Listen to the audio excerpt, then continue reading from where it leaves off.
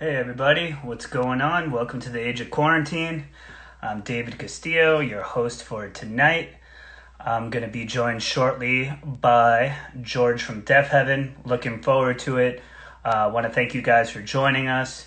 It has been a wild bunch of weeks, and we're really excited about how our Kickstarter is going. And thanks everybody for helping us, keep Vitus alive. And just really been enjoying everything, and got a little bit of Espolone here. Cheers to everybody on another Monday. And we're just waiting for George to join up. I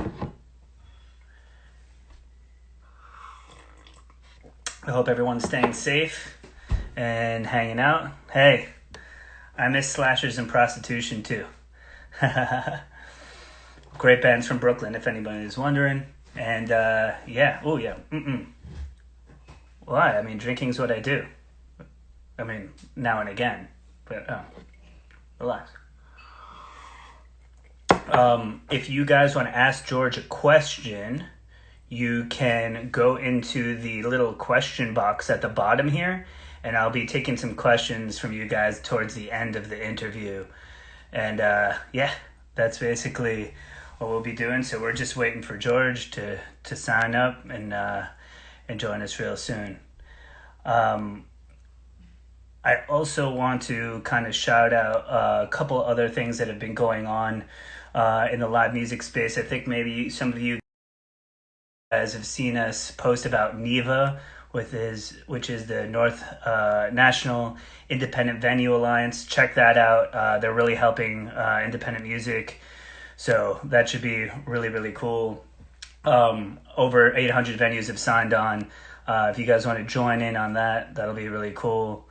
And they're just doing a lot of great advocacy work and helping everybody, bring everything together as far as trying to keep the independent venue scene alive. So it's very important. Check that out for sure. And like I said, if you got questions for George, bring it on down there.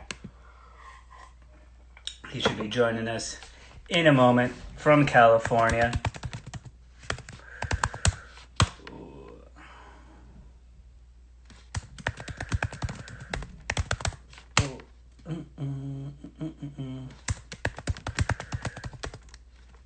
Let me see if George have any issues with what we are doing.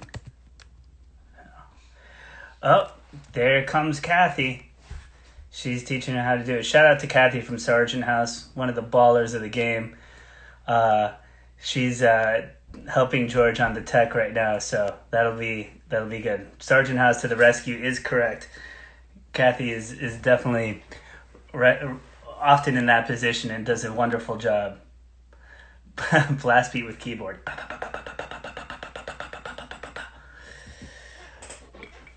So you should be on shortly. We got about an hour. Like I said, use the question box if you got questions.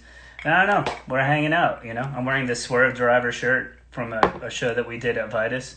I thought it would be kind of appropriate for a Deafheaven kind of thing. I thought that was kind of cheeky, even though you probably will only see me from here up. I appreciate a good black t-shirt game.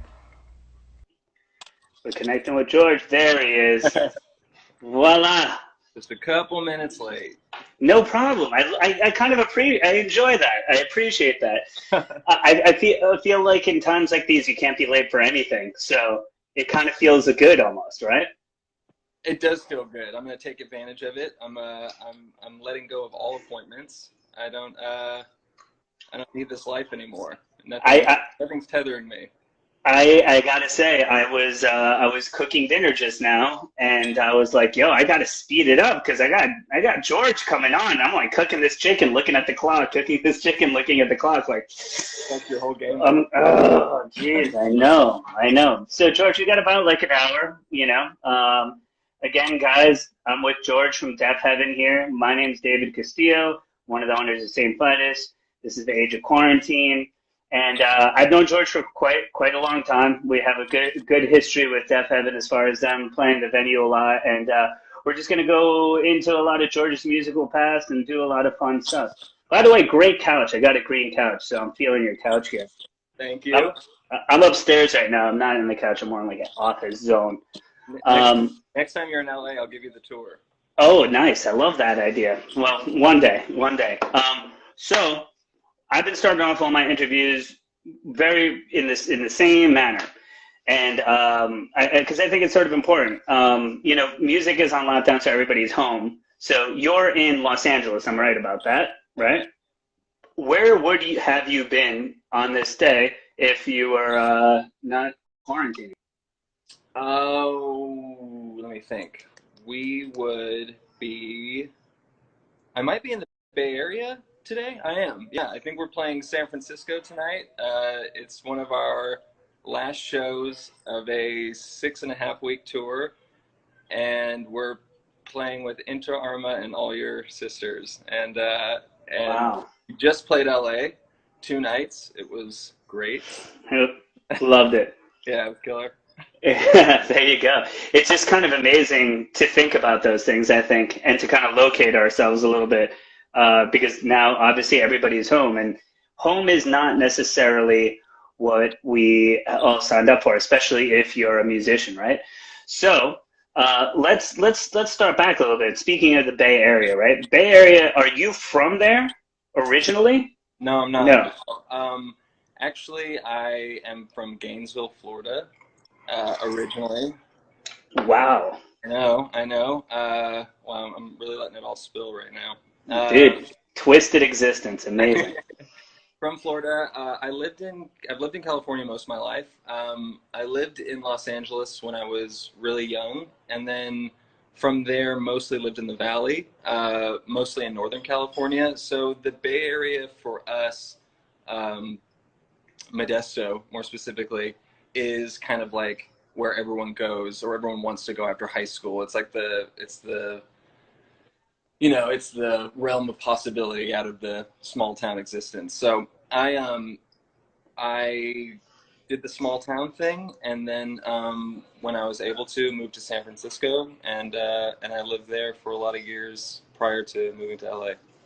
Ah, cool. Yeah, kind of. I'm from Long Island originally, so I was in the kind of shadow of a big city too, and I was like, New York City. That's the goal. That's the destination. It's where I need to get my fix of music and stuff. So I want to just kind of take it back to the earliest times, man. When did the attraction to music just first start becoming something that was in you? What were some really early memories? Yeah, we had music in our house forever, for as long as I can remember. My mom was younger when she had me, and so she was very into contemporary music, and I remember listening to, I remember she had like the Duran Duran "Ordinary World" single. Yeah, it's actually funny, because we had like Green Day and we had Michael Jackson. We had kind of it sort of ranged from those two spectrums. And one thing that she did have, she had an MTV Buzzbin CD. It was like Wow. stations, and I was thinking about it recently, and how much it actually probably really informed my future, because it's Radiohead, Cranberries, White Zombie, Danzig. I remember listening to Mother in the house. I actually have a photo that I got of my mom kind of like in a room with Glenn, which was funny. Damn, your mom's mad cool. She's cool, man. Yeah, no, she is. She's really cool, and she had great taste in music. And I remember like her going to concerts and things like that. So it was all very available. And then when I was around 10, 11 years old, kind of started my own venture from there. Yeah, that's cool. I mean, for me, my parents are from Bogota, and so for me, it was always like pop stars. It was like Michael Jackson, FM radio. That was like the only really English-speaking music that I like listened to until I started to make some friends, and then like their parents were like hippies and shit, and they were listening to Led Zeppelin and Jimi Hendrix and the Allman Brothers, and I was like, what is this? I don't really understand, And then it kind of got the bug from that and my older brothers. when you started kind of venturing into your own, what was that like? Were you kind of drawn into punk first? What was kind of the first thing that you're like, this is my music? I mean, I love Duran Duran more than anybody really should. I love them so much. So that's a great place to start. But when you were like, okay, I have my music now, Mom. What were those moments like? I remember when I was really young, I had like Ixnay on the Hombre and like Dookie and things like that, and that kind of like California punk thing was in there pretty early. But nu metal for sure, like my actual venture. I mean, when I was that age, when I was first getting into my own music, I was living in Bakersfield. Of course, you had like Korn and Edema and what have you. And I remember rock radio was very big there, and bands played Centennial Gardens, which was the old Rabobank Arena, and you could see, like Trust Company, and you could see bands like Orgy and things like that. And that's really what kicked it off for me. And then when I got into middle school and I found peers who were into the same thing, then I got into further exploration and kind of really started out with like big metal, Pantera, Slayer, Metallica, Sepultura, all the majors. And that kind of informed truly the rest of my listening experience as far as like heavy music went.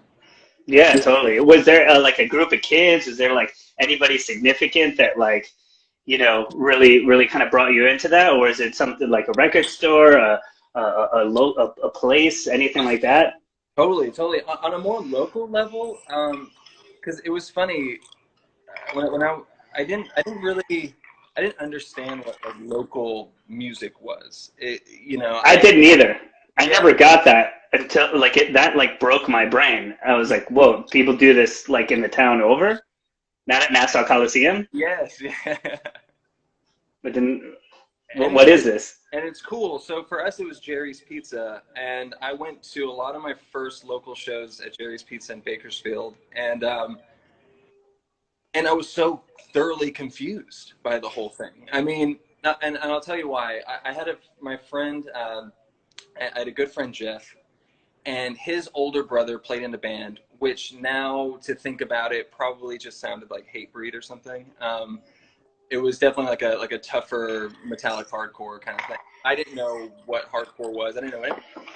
But I remember his brother had cargo shorts and some kind of collegiate shirt, but the bassist had nail spikes and was spitting blood and had like long hair and looked like he should be, Mayhem or something. And I was like, I don't even think that these people know what's going on. So we were all kind of lost together, it seemed like. Also, let me say, when I mean like older brother, I mean like he was in 10th grade, we were in 7th grade. Yeah. Like, and that's leagues apart though when you're a kid, right? You're like, oh my God, dude, they got a car. It's a different thing.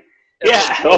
And I was, and I was like, this is, and weed. I was like, this is crazy. Yeah. And I think maybe it started there. And then, yeah, of course I had, us heavy music folk are kind of few and far between sometimes, especially in smaller towns. So there was just a couple of us, but we played together and tried to make the best of it, I guess. And then until I moved. Yeah. Yeah. So what were when did you want to start participating? Because it was like, you see this world and you're like, huh. And at a certain point, I felt like the democracy of kind of like punk music and hardcore music and stuff like that made it kind of like, hey, you know what? I'm going to grab a couple of friends and see if maybe I can give it a go, And that's kind of a really crossing that threshold. I always think is like a big deal, especially like for a singer or something like that. You got to get over a lot of things, in here and outwardly in front of a lot of people. So when did you decide to go, hey, all right, you know what? Let's try and do this. Almost immediately. I mean, I loved it. And I mean, like even if it wasn't with other people, it was me with a lyric book in front of a mirror, practicing moves. The internet still wasn't, what it is today. So a lot of it was just kind of like imagination. I remember what really changed like my whole attitude towards it was the vulgar videos. I got 3 Watch It Go on DVD, and I was like, this is hedonism, and it's like adults that can do whatever they want and they get paid for it, and it's obscene. And Phil Anselmo to me at the time was just like wholly revered, just like larger than life. And I would, you know,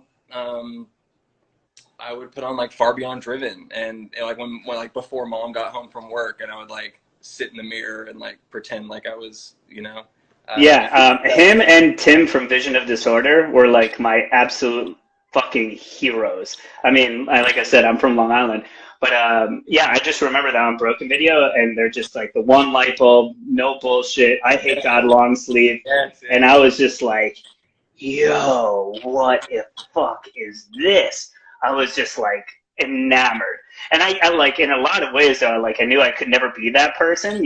That's like the Mike Tyson of singers or something. Yeah. Like, but at the same time, I was just like, who are you? Like, this is insane, right? And those images are really powerful. I mean, like, I found out about Crowbar and I Hate God and stuff like that because of the clothes that Phil wore. Yeah, absolutely. Right. And that, and I was just, but I was also, there's so much about Pantera that's larger than life, and they come from a world I don't, and the whole nine. So there was always kind of this like sense of detachment. I didn't feel like I could embody things that they did whatsoever, but I wanted to play aggressive music, and I remember playing guitar and playing poorly, and more just waiting for other people to be good, because I'm a good singer. That's the most like singer thing to say. But yeah, I was like, somebody get me a guy. There's got to be a drummer in the world. Really, it was that. It was like, who plays drums? I still feel that way all the time. Like, if I'm sitting around, I'm like, is there someone that plays drums? Yeah. But about tinkering with ideas of my own or something. But yeah, I guess that was the beginning of it, and it wasn't until maybe I was 15 or so that I really found a group of guys to play with and start the whole gambit. What was the first band? What was the name? I always loved the high school band game. It's so good. It was called Fear and Faith Alike. It was. That's a hard name. Sure. It was from. I'm pretty sure it was from in the Saint Vincent Millay poem, which is so me, even at that age. Even then, Jesus Christ, George! I've been soft my whole life. It's you overachieving. Like I'm probably like quoting like George Orwell. He's out here, but that's why you're you, and that's beautiful. It's a predicament, but yeah, it was good. It was good to do stuff. We played barns and churches, and the place that I grew up was very that. It was the ultimate. It was like we were so close to the Bay Area and what I would consider like good music, but we were very cut off, and so few things kind of made it down. So what was big in my town was like metalcore and like death rock. It was like AFI and like the Orange County stuff, like Atreyu and Visions and things like that. And huge. That's what we were all doing, and that's what made it to us. This is funny. I was thinking about this too. That band Early Graves, Mac Daniels, rest in peace, were a few years later, were very much kind of like who I wanted to play with, and kind of like a scene I wanted to be more part of. And I remember Mac telling me like like no one's allowed to be lame because the internet exists, which I thought was amazing.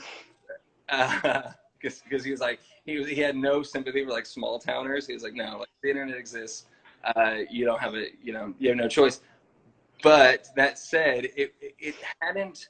It was weird. It was like outside of things like Kazaa and I guess in MySpace, but was difficult to navigate. I don't know. We were kind of insulated, so the internet didn't play like a big role at that point, and most of what we got were from like magazines and like Headbangers Ball, and that's what we did. Yeah, the Headbangers Ball thing has come up a couple of times, and it's really interesting to see. You know, some of these shows, I mean, big impacts, right? Like, you know, these just kind of gateway things. So, probably like me, you were like, you know, ready to just get the fuck out of your small town and get to the big show, right? Which for you is San Francisco. When you first kind of headed out there and stuff like that, was the mission like, hey, yeah, you know, I want to kind of spread my wings a little bit, try and find other like-minded people, and I guess, you know, we got to talk about the Carrie and George, you know, Genesis Yes. origin story. Yeah. Yeah, I mean, it's one of my favorite stories, about one of my favorite people. We met, so I left Bakersfield and moved to Modesto in the middle of my freshman year of high school, and I met Carrie there, and we were both 14. Oh, wow. Yeah, and we got along great, shared music and everything else. We didn't actually play with each other, though. Carrie always played guitar.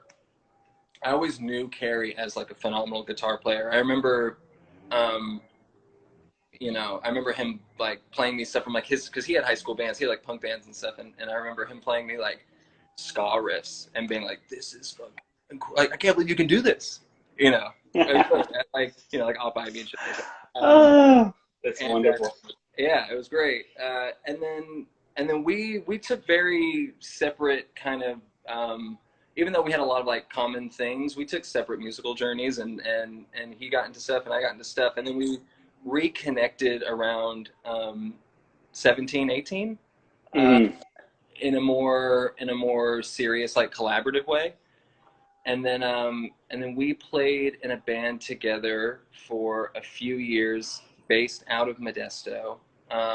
And then from there moved to San Francisco, and that project had kind of dissolved. And also we had kind of written the first Deafheaven song as part of that project. So once that kind of fell apart and we were San Francisco based, we took that idea and things that we had been into, and we started kind of applying it towards Deafheaven. And I was 20 at the time. I think our demo came out or something. So. Wow, yeah, it's just kind of an interesting journey. And when you first started playing, and what was when I first listened to Deafheaven, and that was like Rose to Judah era, like pretty like early on in the game. Obviously, there was some black metal influence, but I felt like there was so much like gravity hardcore and like screamo influence, like Portraits of Past and Orchid and Combat Wounded Veteran and like, even some power violence-y stuff. And there's something kind of distinctly American about it. Did that kind of, when did that music kind of enter your lexicon, and how did you feel that played out? Because I feel there's something about the tone of Deafheaven and like the things that you write about and how you kind of communicate them that really to me it's evocative of the spirit of a lot of those bands, but sonically moved into new territory. Thanks. Yeah. No, I think that's cool. I think it's a cool observation, because we did have a lot of that, and a lot of that came from Carrie's side, and he would be probably better to ask about that. But in a general sense, hardcore was always the most available thing. And they, hardcore always has the most shows and always has creative, engaging types that are at the show. So it's easy to find community in those things. And I think that throughout the years, we've just maybe consciously but also unconsciously taken those influences and pushed them forward. So when I thought about playing a live show, I wasn't necessarily thinking about standing and singing. I was thinking about being aggressive. I was thinking about things that I had seen growing up in,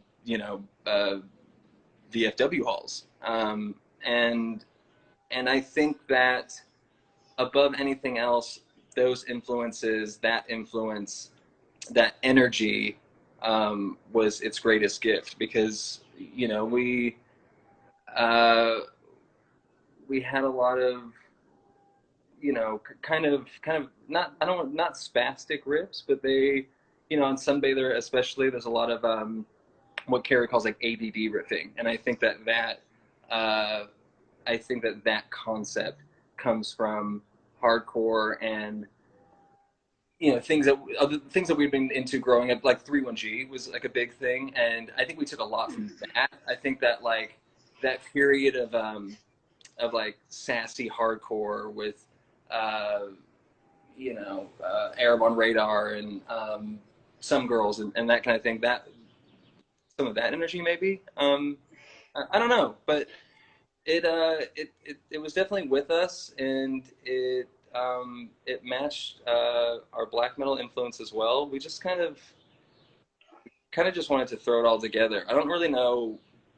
I don't really I feel think like. in a way there's an organic aspect to it, right? It's just kind of what you're into, but something about that combination of the things that you were doing at the time, to me, sounded distinctly American in a way that I think was like, to me it was different. It didn't sound like, hey, we're trying to be like, Spikes and Gauntlets, like, Norwegian style or anything like No, that. To me, it was like, this is kind of an Americanized take on this without being like a bedroom thing or something else like that. It's bringing this other energy into it. And I think that that's why, in a lot of ways, it connected with me and found a home with all these different people. totally, and I'll agree with you. I think that especially with our black metal influence, a lot of it comes from America. Most of it, and being in the Bay Area. Uh, there's Flenza Records at the time, especially, which was very black metal Great focused. label. Absolutely great label. Continues to be a great label. And things like bands like Lyrical and such, and kind of Aesop Decker's influence in general was so massive to us when we were younger, and is still prevalent. Yeah. Those were all the kind of things, and we were young and fresh faced, and we just wanted to get in it. We wanted to play shows, and we wanted to find like minded people. And Yeah, it's simple. Just reaching out with that spark, and I think you guys, it can't be too contrived, but it just kind of comes forward. And so for me, that was sort of the impression, that I was, just kind of getting from you guys, and it was such a lyrically too, it was such like this sort of like confessional sort of approach to me. Like there was like this scholarly, this literary kind of like aspect to it that I really like appreciated, because I like all of these bands that we've been just talking about. I like them, so that kind of really came across, and I felt like for a minute that wasn't not really kind of how people were approaching their vibe with the lyrical content and stuff like that. What were kind of certain things that were kind of really, were there any kind of lyricists that sort of influenced you a little bit, or were you kind of just kind of speaking from more of an internal place, or is it really not lyricists but more writers in general, poets, other folks like that? yeah, I think that a mission from the beginning was to try and do something that was a bit more hard on sleeve, and emotionally open. Um, and I just kind of write like that naturally. As far as like lyricists go, I mean, things that I've always drifted towards, like Elliott Smith, or like Paul Simon, or like Liz Harris, and then writers, uh, Dulce Maria Loinez, Amy Lowell, Andre Breton. I read a lot of women. I think that I kind of channel that voice a little bit sometimes. I don't know. it's something for words to do. Yeah, for sure. And sometimes when you're just looking for things, I feel like everything that you sort of take in, when when I've been writing lyrics for like Primitive Weapons and stuff like that, sometimes I don't know where it comes from, and then like much later, I'm like, oh, I read this here, Yeah, or I had something there, and I just accessed that somewhere, but the music kind of brought something out of me, and I was like, oh, that's where that came from. But I'm like, I didn't even think about that till I'm like, I found that out about myself, you know? totally. I think what's cool about lyrics too and aggressive music, and I found this to be true more at home when I'm kind of just tinkering around with like clean singing and piano playing and writing that way, and how the lyrics will simplify quite a bit, and I'll fall into more like traditional like rhyming schemes and things because it feels more naturally for like melody. But you and I have this benefit of like uh, I can really stretch my vocabulary. Everything is rhythmic, you know, and it doesn't the music contains all the melodies, so I'm able to have a lot of freedom with what I write. And I think above anything else, that's what I really appreciate. That Deafheaven gives me kind of a limitless vessel with which to do these things. Whereas more traditional singing, I feel a bit more confined. Mm. That's a really interesting point because I feel like over the life of the band, the melody of the band has sort of just continued to sort of increase through, Somebody They're Into, Ordinary, Corrupt, Human Love. And I mean, Black Brick, I think maybe like a step into some of the heavier territory, but I think you could see that arc.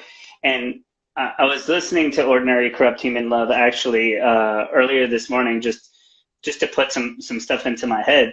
And what I kind of thought was, I was like, wow, like George is like the heaviest part of this band right now. And I thought that that was really interesting. Like the voice is like the heaviest part of the band for large stretches of that record, which I find to be interesting. And you've kind of steadfastly stuck to that, and I think that's a really interesting choice. And do you just feel like that just provides you the freedom to just let go?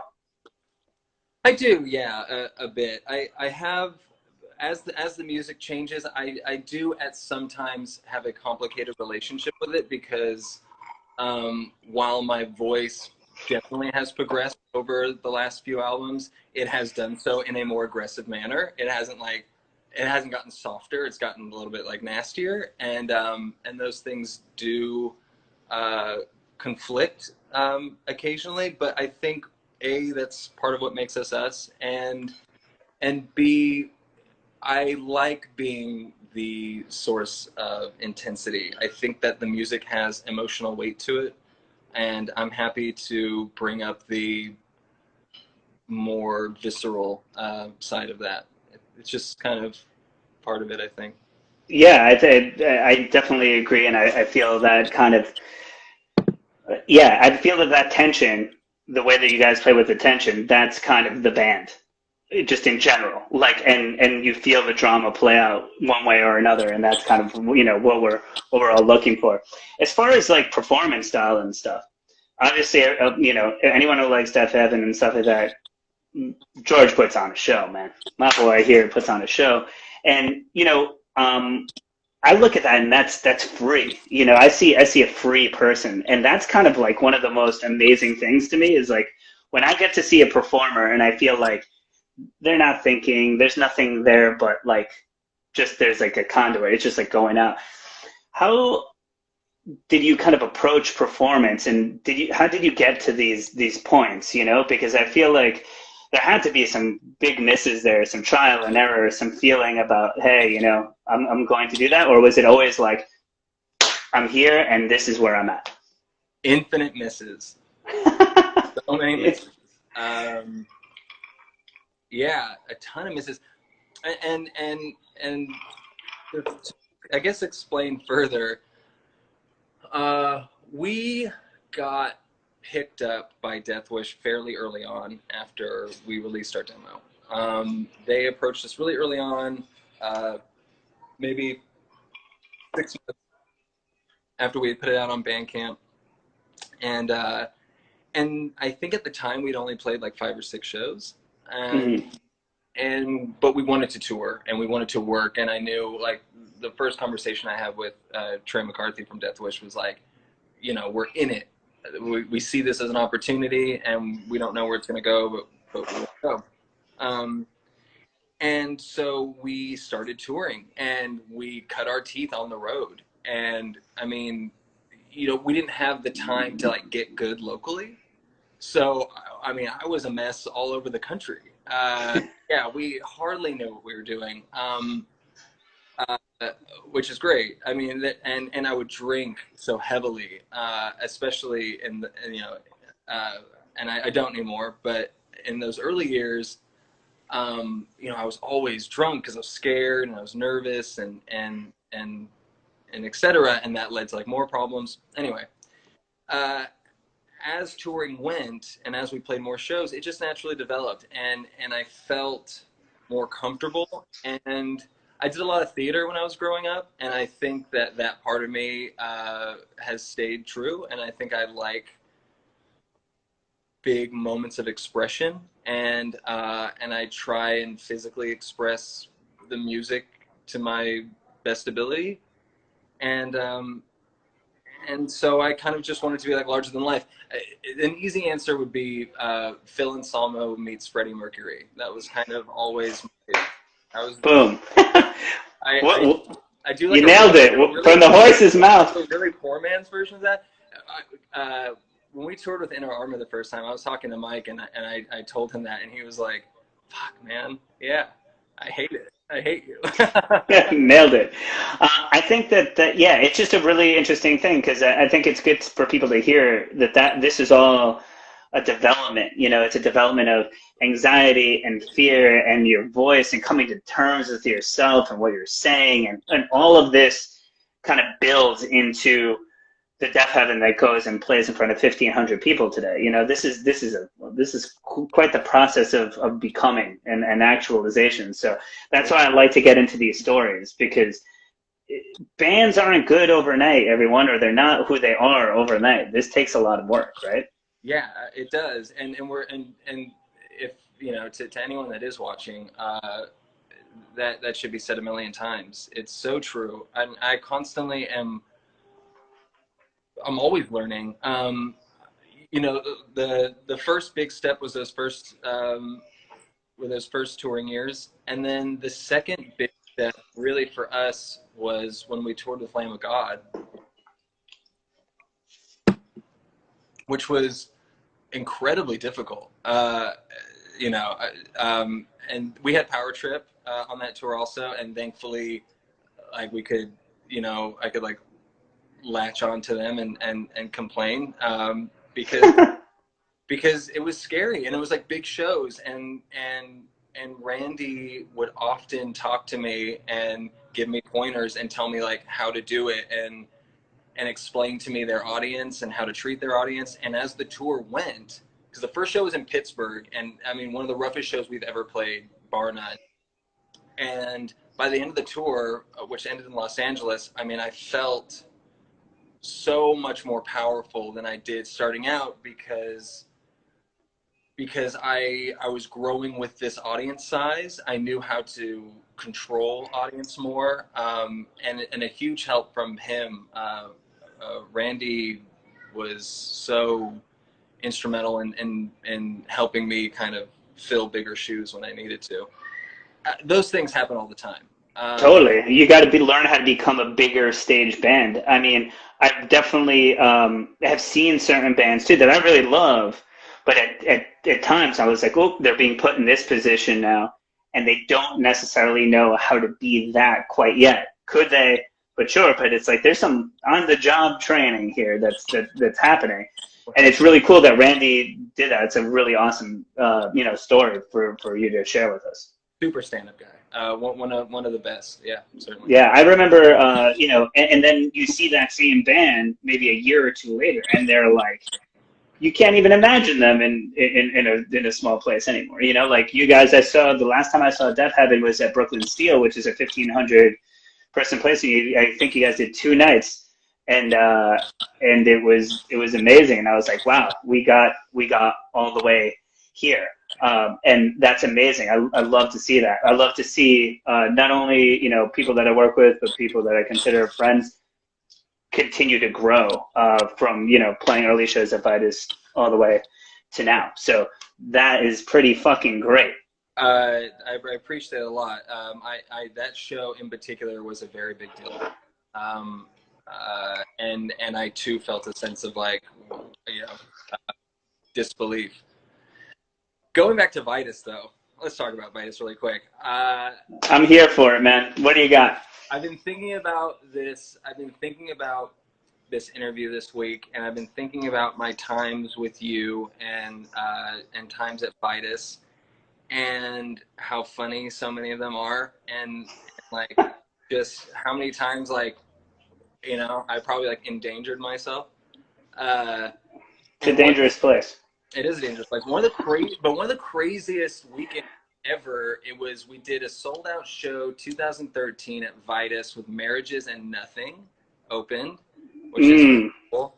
And we played 2/8. It sold out, so we did 285 the next day. Yes. 285 Kent. 285 Kent on the 4th of July, and I'm pretty sure Fred Pissarro put it on. My God, I mean, I needed like we had to still be on the road, and I needed like a week to recover. I remember thinking like New York is like the most beautiful monster. I left broken every time. But that pretty much. And the 2012 show that Brandon Stossy helped put on for Northside. We worked on that one with Indian Jewelry. Yes, exactly. Indian Jewelry. It was weird. Pitchfork and us, and it was me, Peter, and Brandon. And yeah, it was you guys, Indian Jewelry, and I think Sonnet opened too. I did open, yeah. It was fucking great. I think, did you guys play Sunbather for the first time that night? Live? We played Dream House, I think. Yeah. Dream House. That was it. That's my fucking claim to fame. I got to be able to tell the story right. So I'm glad we got this ironed out. So we played Dream House for the first time, right? I've been saying Sunbather for like 5 years, so I'm glad that I got it out of the way. We were in between guitar players, and we had our friend Gary playing guitar for that show. It was the only show that he played with us, and he has a project called Black Monolith, which is like this crusty black metal thing that a friend of mine and I put his album out a couple years later. The whole thing was just very interconnected. It was a really special time. I remember we went to the Pitchfork office. We were so broke, and we like walked in there. We looked really shitty. I really looked like for Brandon, and like the whole office with headphones, like looking up at us confused. I mean, and just being like kind of borrow like money. I picked you guys up that day. Yes. I walked. So I used to live a couple of blocks. The Pitchfork is in Brooklyn, and or was in Brooklyn at the time, and I lived like 5 blocks away. So that was the first time I ever met George. I like met him in this like office, and there's all these people like writing about music. All you heard was this, and then like in their headphone line, and I'm like, there's these 5 guys in like leather jackets and like black button-down shirts. I'm like, I'm looking for them. Hi, how you doing? And we had lunch, and like that's the start of a lot of things. And like you said, from those days, and like just to see the progression of the band and all that has been super cool. And just continuing to grow in the different aesthetic realms that you guys have been working on. I really, before I get to a couple of fan questions, I just want to touch on a couple of things that you're doing right now. So we got like a live record that's about to come out, right? We do, yeah. It is kind of like a sessions album. It's somewhere between the two, where in light of this tour being canceled, we wanted to give fans an opportunity to still hear those songs, a lot of which we haven't played in a long time, in a live setting. And also the songs that we do play more normally have evolved quite a bit in the live setting, and so those different versions will be presented, and it was kind of just a way to say thanks and to just hold on, and we'll be with you again. I was talking to my friend Christine, and I was saying that you know, if this year goes without us playing a show, which it seems like it will be, it'll be the first time since I'm 31. It'll be the first time since I was 15, you know, going a year without a show. It's kind of wild. And I think that this kind of helps us a little bit too, simply with just the idea of being busy and not slowing down and letting people stick with us. Yeah, there's a lot of there's a lot, just like a lot of time for reflection and something like that. I mean, it was interesting because when I read something recently. You guys were just talking about, I think it was around Ordinary Corrupt Human Love time, but like you guys were just talking about how you always signed up to be in a band that was really going to like do things, right? Like that was it. So I think for a lot of musicians, dealing with themselves while they're at home for an extended period of time is like the big difference, right? It is. I'm trying to stay busy. Productivity is hit and miss. We are also working on new music, and so I have been able to focus some energy that way. But yeah, it's a little confrontational. It's weird thinking about, you know, for the last 10 years, I've had the next year, if not 2 years, kind of planned out for me, because tours and things get booked so far in advance these days. We're always usually on a 2-3 year album cycle. That to not have that now does feel a little bit precarious. We're kind of just like in suspension. So this live album helps us ground a little bit, and writing new material helps me ground a little bit, and I'm just keeping my fingers crossed for a brighter future. I think that's what we're all are hoping for and can contend with, you know. So I'm going to dive into the question box and let's see what we got. All right, cool. Oh, this one works pretty well right here. So, how are you guys recording the 10 Years Gone live LP from Eves is Evil? How are we doing it? We're doing it live. We track a lot of our albums live. This won't be so it won't be too different. And we're going to just try and give a really raw approach. We're doing it with Jack Shirley, who is a god among men, and who was gracious enough to work with us as we kind of like figured out this plan in real time. You know, the first week when everything went in shutdown, I mean, my email and my phone were just like so fucked. Sure, like, what a week! Right? I'm just like, so we're hitting up, we're hitting up Jack and being like, look, I have this idea. You think you could swing it? And thankfully he was on board. And we're gonna kind of treat it like almost like a Blue Note kind of like session album. This is your Kiss Comes Alive. We're gonna pump in some Vitus crowd sounds. We'll do. You know what, we joked about it. We could make. I just wanted like a couple claps. You know, like just 5 or 6 spaced out. Maybe like someone clearing their throat. Yeah, I love that. That's good. All right, let's dive back into the question box. Boom, boom, boom.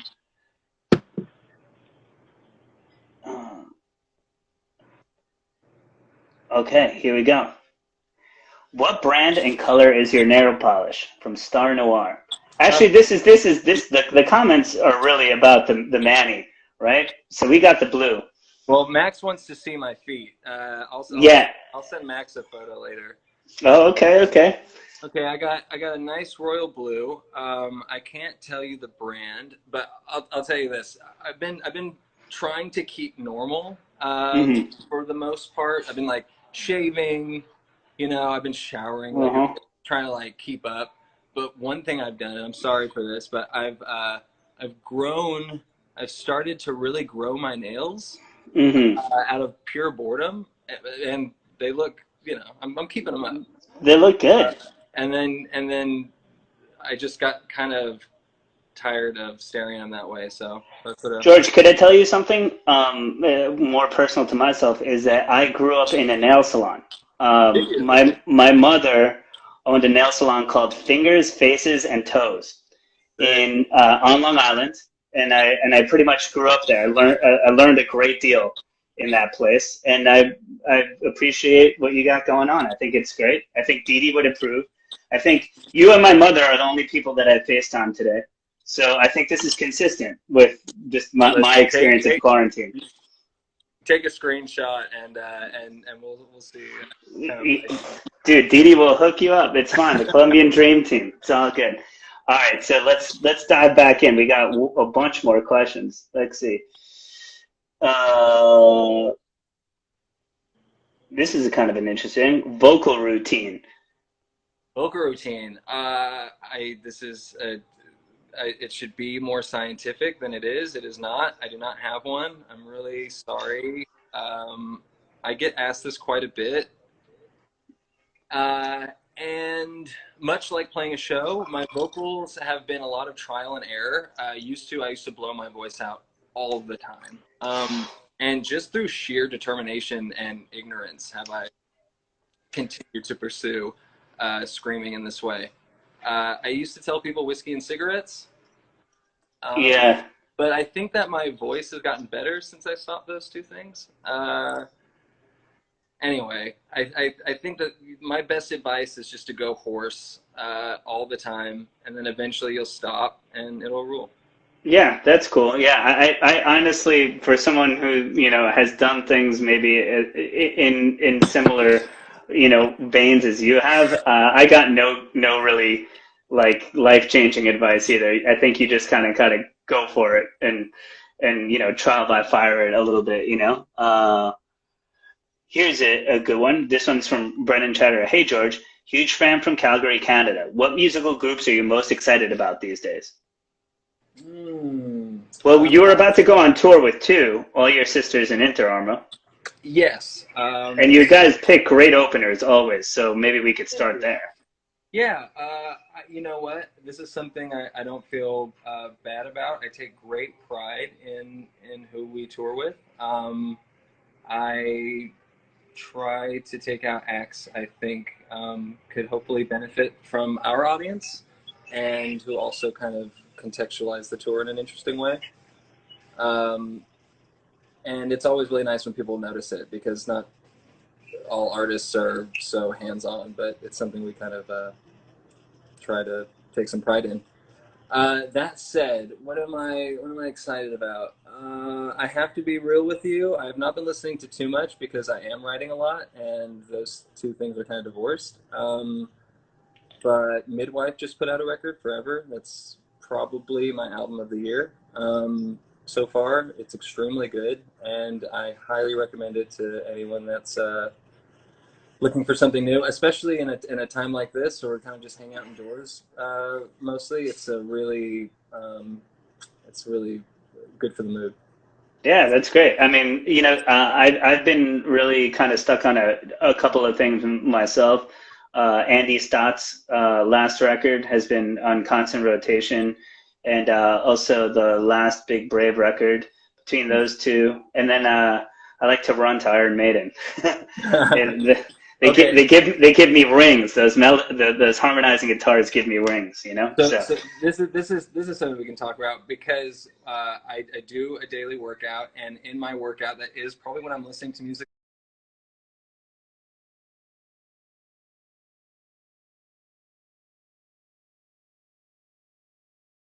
the most. So for like a ton. And Dying Fetus is Wrong One to Fuck With. That's like my ultimate pull-up. That's hard. Right now. I want to let you know that I was doing push-ups in between texting you before this interview to get it going, and I was listening to that Ooh La La song by Run the Jewels and a little Pusha T mixed in, and so that's where we're going out in the quarantine workout space. That's very good. Like, if I need to lift something, I need some rap, maybe some West Side Gun. I need the blood sugar. The Key Glock mixtape, highly recommended. Really good. Really solid. Okay, that's good to know. I mean, I gotta keep. I mean, I got no nails. I got maybe I don't know. I need a better routine, maybe, but we'll be with that. So I got time for a couple more questions. We got about 5 minutes left. So here we go. Oh, this is a good one. How did Deafheaven link up with Boston Edge for the split from Sanguine Gold? Great question. Great band. Boston Edge rules. Yeah, let's definitely shout that out. I love those guys. I was really into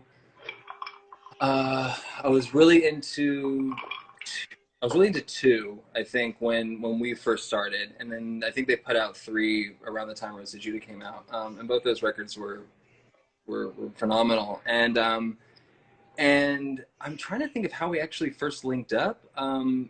It was through Harry Cantwell, who also plays in Succumb, and he is awesome. And I think it was literally just something simple like your band rules. We played with them. Us and them opened for Marduk at the Parkside in San Francisco, which is hard to think about. And yeah, I got kind of punked by this guy in the audience. It was it's a really good. It was like our third show, and this guy was so upset that we were opening. I don't think Boston Edge got the same treatment, but he was not happy about us. And maybe that was the first time that we really kicked it. But that is a great band, and one that I hope keeps on keeping on. Yeah, cool. I love it. All right, cool. So I got time for one more, and then we'll kind of wrap everything up. This is a good one. All right. From Jack Zima, how do you approach writing minimal lyrics for long songs, saying more with less?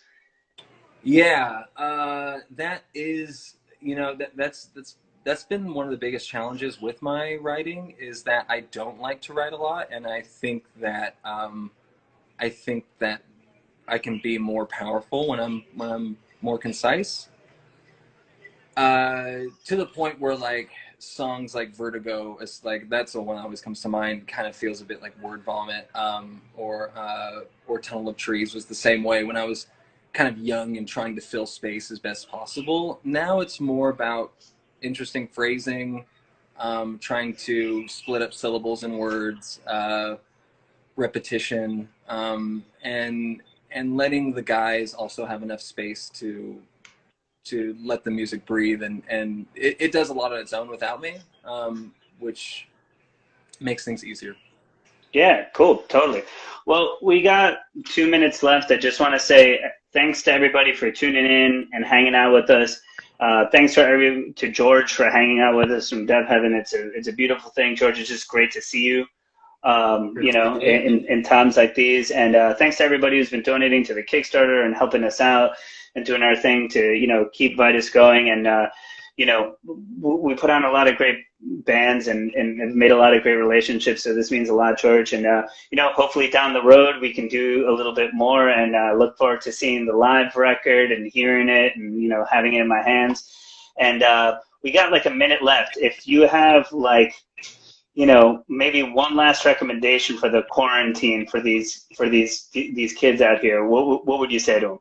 I'd say buy a robe, make a winter robe, but also like a summery, maybe like a silky kind of robe. I got a great one, Ralph Lauren. There you go, and live in it, and loving it, and that's my advice. That's beautiful, George from Deafheaven, everyone. Thank you, George. You're the fucking best. And we'll see you tomorrow night with Chris Enriquez. He's got a great cast. We got fucking Alex from Testament, Sergio from Deftones, and a bunch of great people. Peace.